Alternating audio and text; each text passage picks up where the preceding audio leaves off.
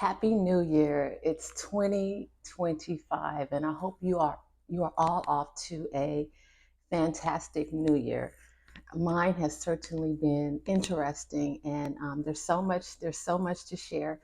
So many things have changed, yet so many things have remained the same, and I guess I'm excited for that. I'm really just like leaning into it and really trying to focus on me and getting where I need to be, and instilling my boundaries and trying to stay true to myself. And I think it is very difficult sometimes during life and experiences and relating to other people to stay true to ourselves. And so it really takes some really like sitting down and being alone and to recognize what we really want out of life and what we are willing to sacrifice to get what we really want. And sometimes it can be filled with um, some maybe sadness or some feelings of loss or things like that, and or even loneliness. But at the same time, to get where we want to go, we have to make the sacrifices that we need to make in order to get there. And so that's where this journey has taken me at this point. Really letting go of some things and people and thoughts and relationships and friendships that are no longer serving me, are no longer productive for me, and really trying to go forward and see what God has in store for me. And so that's where we are starting off the year of 2025. I did a little, I did some travel. I did some travel. I started off the new year in Paris, and I brought the new year in Paris, and I was like really excited about that because it's my first time making that trek over to Europe, and that was something that I had been thinking of for like 30 years, and always was always a bit daunting to me, the process, how to do it, just like life. And that's what we're going to talk about today. And this is like how these everything is just mirroring life. And for me, I wanted to do this for some time. My husband and I had talked about doing it, and really, I just did not know where to start. And I remember one day I was sitting right here in this chair, and I just said, let me just look at the map. So simple. Just let me look at the map. Let me see where these places are located, because geography is not my thing. And I said, okay, well, if I start here, I can just go like this. And then I re-engineered the trip a couple times, and then I finally found myself starting off in Paris, heading over to Venice, then to Florence, and then to Rome. And that was how I did my first European adventure. And initially I was going to start off in Rome, and then I said it would be much more fantastic to have New Year in Paris, and I think that was a good decision. But let's talk a little bit about that here. First of all, it was a matter of me taking ownership of my own happiness, and something I thought would be exhilarating and thrilling and fulfilling, and kind of take a bucket list thing off, kind of fulfill a bucket list. And so I said, let's just jump into it. Let's do it. So we booked it. We booked the trip. We found the hotels. We tried to get like a 5-star everything, and we'll pay for it later. But for now, we're just like, yeah, we're going to do this, and we're going to do it well, and we're going to have a good experience. So we got there, and we landed in Paris, and we made it through the 10-hour flight, and it was great. And we got there, and we went to our hotel. It was fabulous. Everything was great. We started our journey by foot. Not so great. Not so great. I wasn't prepared. But anyway, what I want to say is we spent New Year's Eve freezing outside at the Eiffel Tower, and it was magnificent. And we had a little trouble getting home, and that's fine. It happens. Nice time in Paris. Got to do some shopping and see all the sights, Notre Dame, Arc de Triomphe, did some shopping at Champs-Élysées, and I may or may not be saying it correctly. Got a little taste of the French people, and they're interesting. Fortunately, within the hospitality, they spoke English very well. And I didn't have to do too much in my French because it was very limited to bonjour, bonsoir, uh, and anyway, things I learned on watching Sex in the City when Carrie went to Paris. I sure did take notes. But anyway, so that was our trip to Paris. And it got a little more interesting. And what I want to talk about today is that was the journey, or the destination, but the journey got a little more tricky. The process was a little trickier than I had anticipated, which is often the case in life. Things, the destination and the things that we post on Instagram are all beautiful and lovely and sought after things.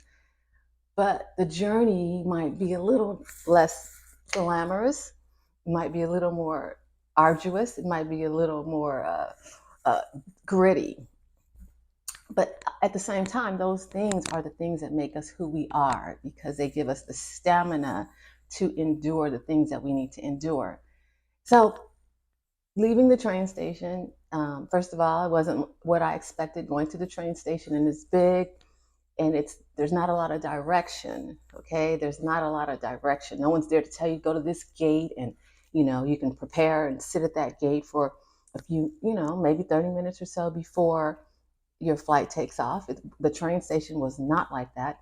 It's like they tell you where to go 15 minutes prior to the train departing, and you need to be there.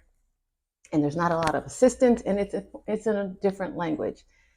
So there was like some trepidation about it. Like, I don't want to miss this train and all. So, but anyway, we got on the train. We made it to the train. Now, our trip from Paris to Venice was consisted of 5 trains and about, I think, 12 hours. Now, in my imagination, when people take trains from one destination to another in Europe, it's just one train and it's a 2-hour trip. But that wasn't the way it was. But we were prepared for that. I guess we made accommodations. And I was good until the very last stop, which we found ourselves in. We were in Switzerland, somewhere in Switzerland. I don't even recall where. And we had about a 2.5-hour layover. And at that time, we were going to eat and, do the things that we do.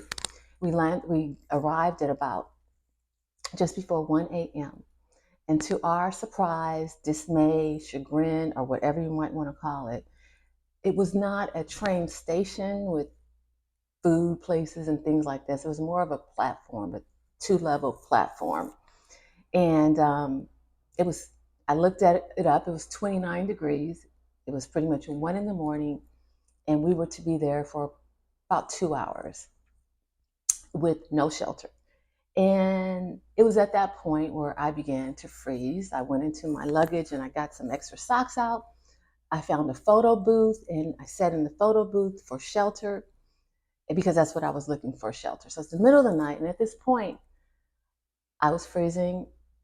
Literally, I wanted to cry and I really wanted to go home.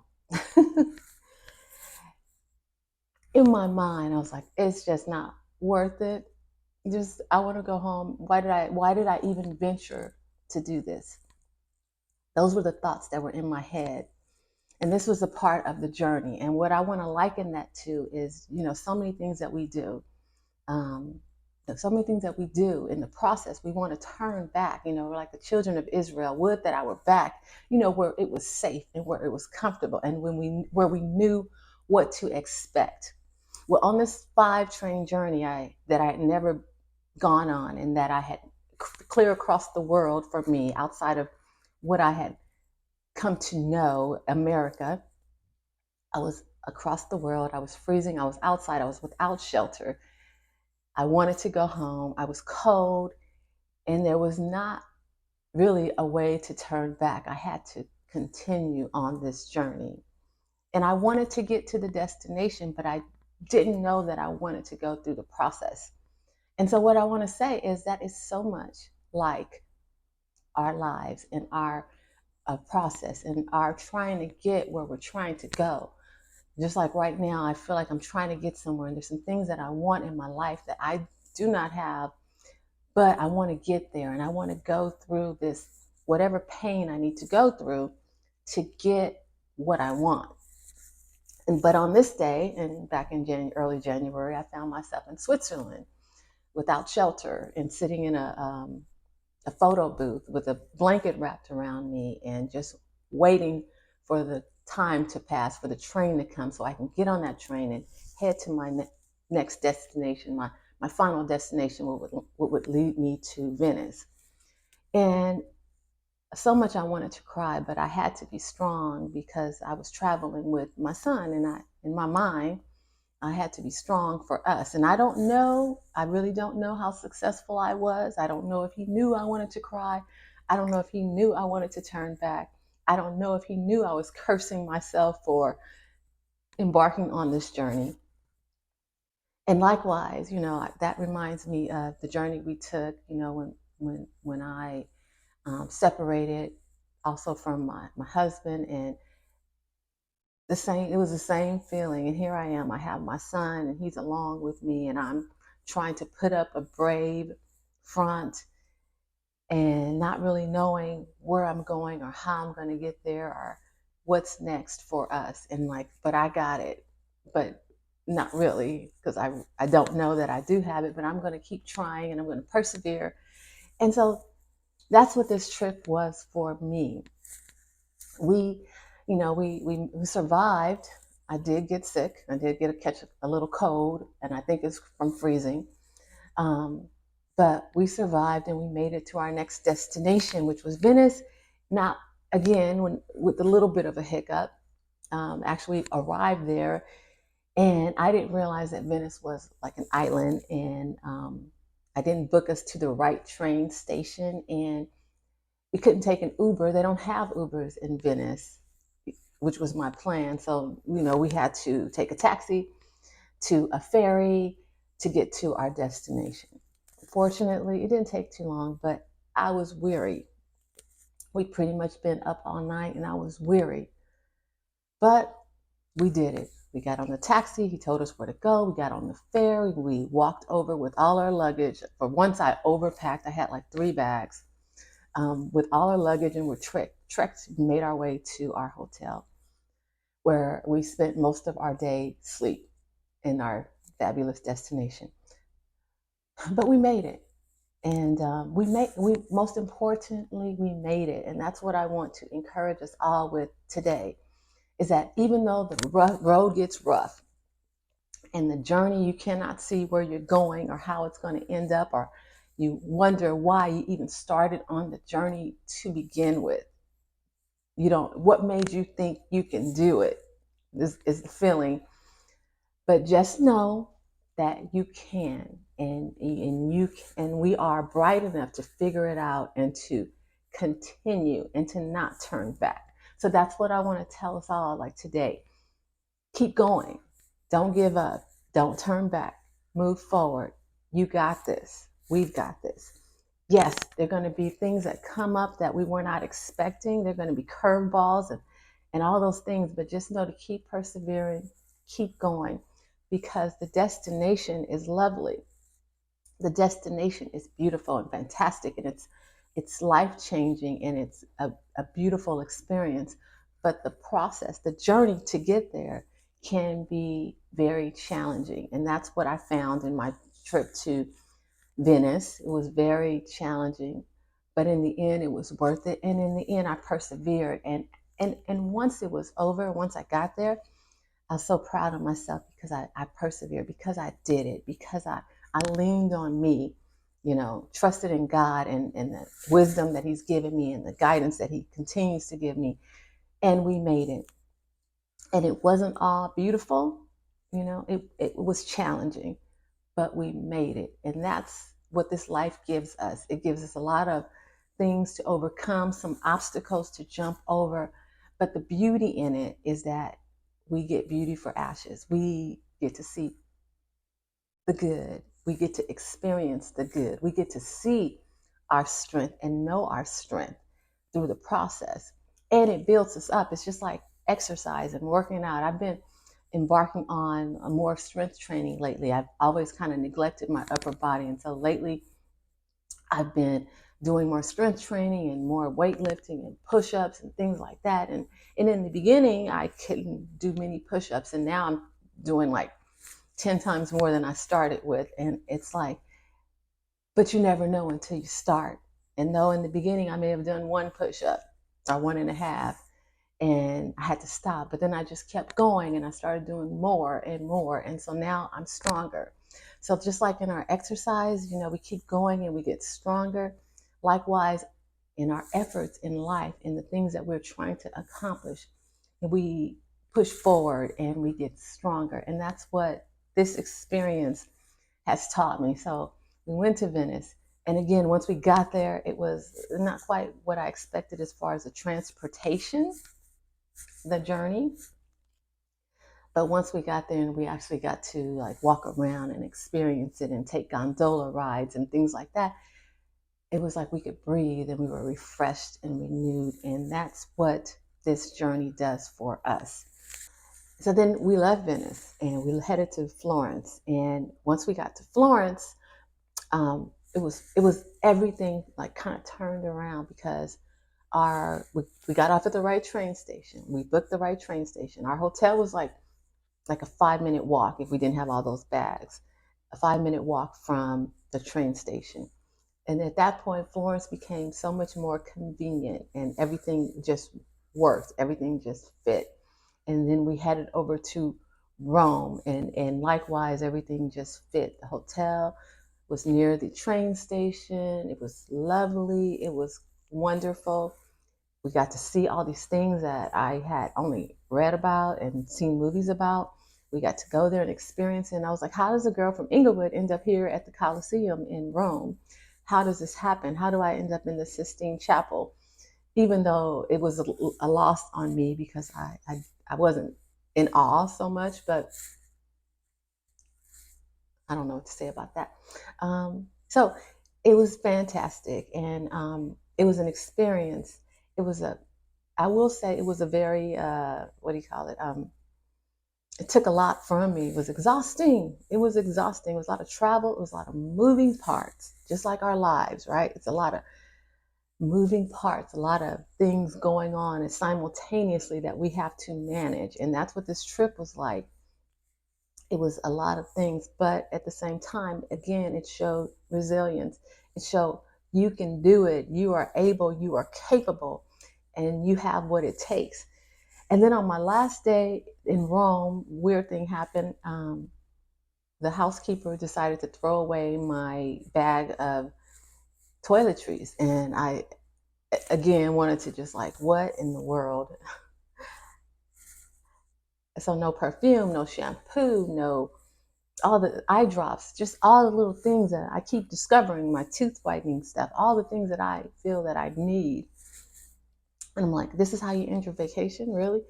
And I go and I see the people, and they they were fine. I said, this is my vacation because I didn't want to go off on them. I was like, I'm on vacation.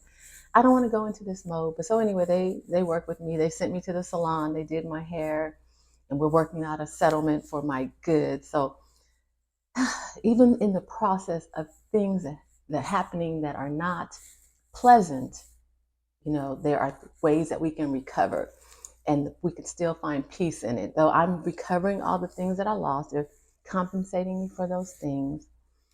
I was able to have my hair taken care of, and because by the end of the trip I was looking kind of crazy.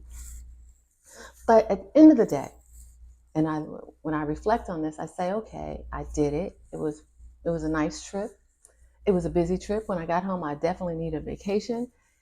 I don't know that I would do it again anytime soon. I'd probably just go to one location and stay there and enjoy it without having all the moving parts.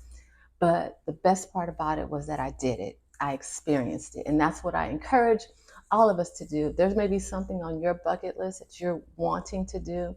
Let's not be fearful anymore. Let's just do it. Let's just tackle it. It can be done. It takes one step at a time, one movement at a time, and you can do it.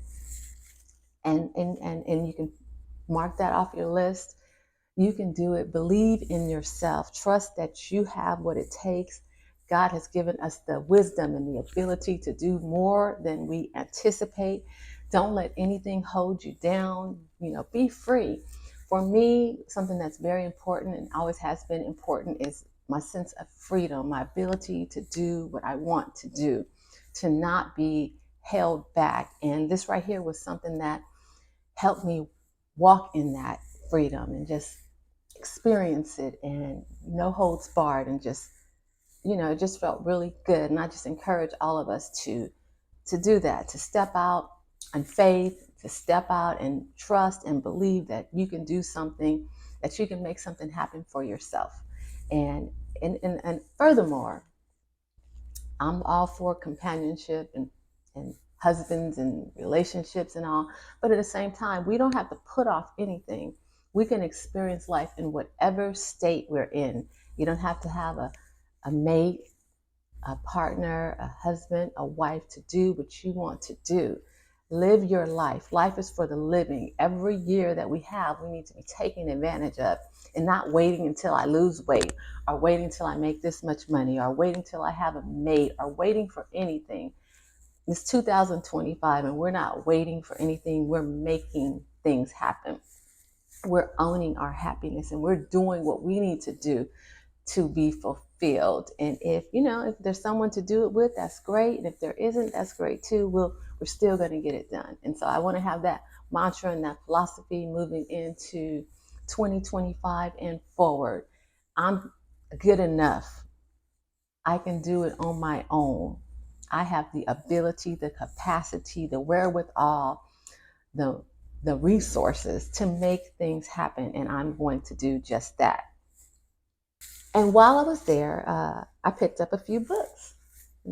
That's never been my thing, but we went in Paris, we went to this Shakespeare, I think it's Shakespeare and Friends. It's a famous bookstore. And this book caught my eye, My Year of Rest and Relaxation. And I was like, hey, well, I can totally relate. It just popped off at me. And my son was like, that caught your eye, I get it. So I've got it, and I actually read it. I read it. It didn't take me as long as books normally take me. It took me like a week, maybe. My Year of Rest and Relaxation by Tessa Moss Fay, probably butchering the name. Wasn't what I have to be honest, it wasn't quite what I thought it would be, but it was something, because like I said, like I always say, I'm always looking for inspiration. And yes, I need rest, I need relaxation, I need adventure. Okay, that's something more in there. So this was my adventure. So I was really looking to see what this was about, and she was depressed. Essentially, I think she was just depressed and trying to reinvent her life and even forget her life. And so I'm not sure that I quite identify with that part, but in the end, I think she was invigorated. She did it her way. I mean, I probably wouldn't advise you to go that route, but she did it her way. And just like I do it my way, and you do it your way. We all have to do it our way. Whatever gets us to the point where we can live our life and be present in it. I'm not going to really knock it, because we need to be present and we need to do what we have to do to ignite the spark to help us to live our life. And sometimes the spark has been dimmed, and we have to ignite it. We have to go for it, go after it. And maybe you need to relax and rest and forget some things. I don't know. Or maybe, like me, you need to sit with some things and, as I always say, recalibrate and figure out where you stand on this. But whatever it takes, do that, and do you. For me, more recently, I think I had to stand on my boundaries and understand what I wanted out of life. And I know what I want out of life, and as far as people who are in relationship with me. And it's very big. It's very big. It's like a big adventure. And adventure filled with romance and love and feeling joy and feeling excitement and exuberance and just like we can do it all. That's what I want. And, having boundaries and knowing, stand up for what you want. This is what you want. Create that. Put the people in your life that promote what you want, the sense of adventure, the sense of romance, all these things, because we can have it all. I'm not here for half of the pie. I want the whole pie. I want the love, I want the adventure, I want the protection, I want the peace, I want the joy, I want the fun, I want the travel, I want the gifts, okay? I want the touch. I want it all, not just one thing here and one thing there. I want it all. So that's what I'm standing up for. That's what I'm leaning into and willing to sacrifice not having any of it to make sure that I'm not settling, to make sure that I'm getting what I want. And I'm not in a place anymore in this life where I want to settle for anything. I want the full shebang. So that's where we're focused on. So if we have to sit down and be alone and sometimes even lonely, then that's what we'll do to get where we want to be, to have the reflection that we need, because it's important. I've been able to sit down and really see who I am and see what I want and analyze the relationships in my life. And I'm like, if you're in my life, I need you to state your intentions, make it plain, or leave me alone. Like, I don't have any room to play games with anybody, or even to sell myself short, meaning to give myself and not get what I want or where I'm trying to go. So if I have to spend my time alone and talk to myself, and that's something I'm willing to do, not to sacrifice my self-worth, because I know my worth and I believe that I am capable of having everything I want. And I'm going to stand on that. I'm going to stand on business, and I'm going to put 10 toes down and believe that I can have it all in the way that I want it. And I continue to create the life that I want. And I likewise encourage you to do that. We're not going to take down, we're not going to settle, we're not going to sell ourselves short. We're going to stand our ground, we're going to know our worth, we're going to stand up for ourselves, stand up for what we want, communicate, ask questions, inquire, make sure we're on the same page before we proceed, because that's important, because we don't want to be led astray. Like I told my therapist once recently, I didn't land on Plymouth Rock landed on me. But we're going to change that. We're going to adjust, and we're going to take control, and we're going to guide this ship rather than the ship guiding us. Okay? And if that means you got to pull in the reins a little bit and be at what do you call it? At shore for a little while, then be at shore until you can guide that ship. And that's what I'm trying to do.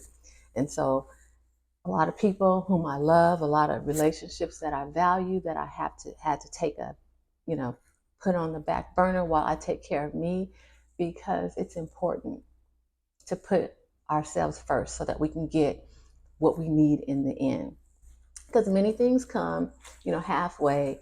Many things might appeal to our flesh, appeal to our senses, and they may be temporary. So we want to understand, our long-term happiness is not temporary. So satisfying your flesh right now, or having time with someone this is not going anywhere, might be titillating, scratch. It might be titillating, but it's not for us. It's not going to get us where we're trying to go. So stand on your standards, your values, continue to declare them, and continue to believe in yourself and stand on your values and enforce your standards, and you will get where you're trying to go. And we'll get there together. I mean, I'm not there. I'm working on things. I'm trying to be better. I'm trying to be better for myself, trying to know myself better. But it's a process. That's why I spend that time talking to you about my journey and my destinations, and how those destinations were lovely and wonderful and fantastic. But that process, that journey, left a lot to be desired. And likewise, it's going to be like that in our relationships. The journey might leave a lot to be desired. There's going to be a lot of lonely nights or days or hours, but just know that you're going somewhere and you're willing to invest in yourself to get where you're trying to go. All right. So no temporary fixes. We're in this for the long haul. We're taking care of us because we got to live with us. You know, after all that's said and done, we got to live with us. We got to live with our decisions, our choices, and we want to make sure that we make choices that we agree with, that we can live with, that we can sit with, that we don't want to erase, or that we're not having nightmares about. Okay, that's what we don't want. So, also while I was gone, my son bought me another book because I've been obsessing a little bit over this show. And so, in addition to watching it, I can now read the book that inspired it. So, I haven't started yet. I need a minute. I just need a minute because I'm too busy doing other things. Okay. Too busy doing some other things or nothing at all. But I'm going to get to that. So, finally, what I want to say is one thing I've been thinking about. I've been watching a lot of shows on TV, and Harlem came back on the new season 3 of Harlem. I watched that, and I've been watching Younger. I don't know why, on Netflix, and so I've been immersed in a sense of kind of romance. And one thing I noticed about me is I've always been one to withhold my thoughts. I'll keep that to myself, and I kind of work through it internally. And so, what I'm going to work on moving forward is sharing these things, like expressing myself, because like I talked about, I learned how important communication is, and I have definitely done a better job at communication. But expression is important, and I always was reluctant because I didn't want to be negative or spoil the moment or whatnot. But at the same time, expression, how can anyone know who you are if you're not expressing yourself in some form? If you're not expressing what you like, if you're not expressing what you don't like, if you don't express where you've been or where you come from. So, in addition to communication, I believe expression is different because it shows who you are. Communication is obviously giving information. It could be any type of information, but I think we want to have true expressions, and I'll delve into that a little bit deeper. But I just know that I've expressed myself over the years, and I've been very practical and very strategic in everything that I've done. Um, Everything that I've done. And so now, and here recently, I've leaned into the romance side of me and the creative side of me, the soft girl era, as I've mentioned it, because that's that's who I really am. Out of necessity and survival, I had to be practical. I had to be strategic, and I still need to have some practicality and some strategy. But at the same time, now I want to lean into my creative side, my romantic side, my just soft side, and that's where I am right now. So and what I'm going to call that is my expression. That's the true expression of Sheila. So whatever your true expression is, I want us all to lean into that. Express ourselves, express who we are, express how we feel, express what gives life to us, express what is challenging or draining or exhausting to us. Let's just be our full expression, because I think as we do that, folks can know us and they can love us and they can deal with us better. And that's just how I feel about that. And that's where I'm leaning into in 2025. So I got these books, I got these shows, I've got my Bible, my word, I've got my family, my loved ones. I'm taking all this into to 2025 trying to be the best version of me that I can be. And it's going to be challenging. I see it. There's things that I'm working through right now, but I'm seeing more of me. And in the process of doing all this work, it's really coming out who I am. And it's taken all these years, but we're getting here and I'm excited. And I hope you are too. I'm embracing it. So join me on this journey as we continue it. There's so much more to learn. Every time I think I'm I'm getting there, I'm just about there, there's something else that comes up and I have to deal with that. But I embrace it. I welcome it. And I'm happy to go on this journey. And I hope that you continue to take it with me here on Lovin Sheila. Do me a favor, if you will. Don't forget, like, subscribe, comment, and share. I need you as my subscriber. I want to hear your comments. Help me know that you're with me, that you're following, that you get it, that we're connecting on some level. But until then, have a great 2025. God bless you, and I'll see you on the next Lovin Sheila. Bye for now.